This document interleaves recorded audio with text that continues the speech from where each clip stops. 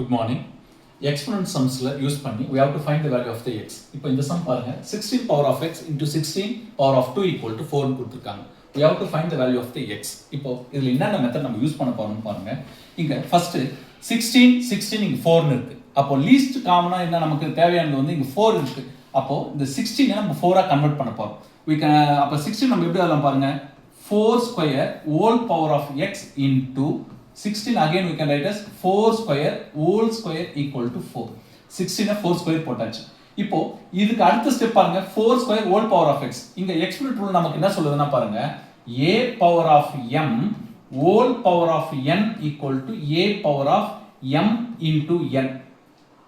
இந்த ரூலை நம்ம யூஸ் பண்ணி நம்ம என்ன பண்ண போறோம் பாருங்க 4 2 into x is 2x into இங்கேயும் அதே மாதிரி 2 into 2 4 power 4 equal to 4. ஓகேங்களா? இப்போ இதுக்கு அடுத்த ரூல் இங்க 4 power of 2x into 4 power of 4 னு இருக்கு equal to 4. இதெல்லாம் சிங்கிளா ஒரே வேல்யூவை கொண்டு வரதுக்கு இன்னொரு எக்ஸ்போனன்ட் ரூல் நமக்கு தெரியும். First rule a power of m into a power of n equal to a power of m plus n.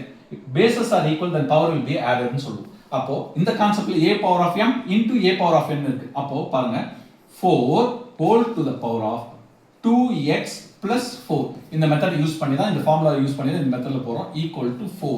இங்க 4 வந்து ஒண்ணே ஒன்னு இருக்கனால அதோட பவர் வந்து 1. இப்போ பாருங்க நமக்கு எக்ஸ்போனன்ட் ரூல் படி நமக்கு பேசிஸ் ஈக்குவலா வந்திருக்கு. 4 power of 2x plus 4 equal to 4 power of 1.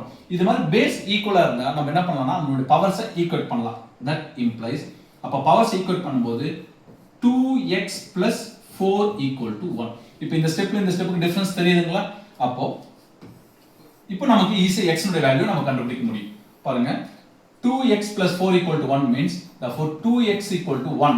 the plus 4 அந்த பக்கம் போகும்போது minus 4. ஓகேங்களா? அப்போ 2x equal to 1 minus 4 is minus 3. therefore x equal to minus 3 by 2 value. அப்போ x உடைய வேல்யூ நமக்கு வேல்யூ என்ன வந்திருக்கு minus 3 by 2 வந்திருக்கு. ஓகேவா? Thank you.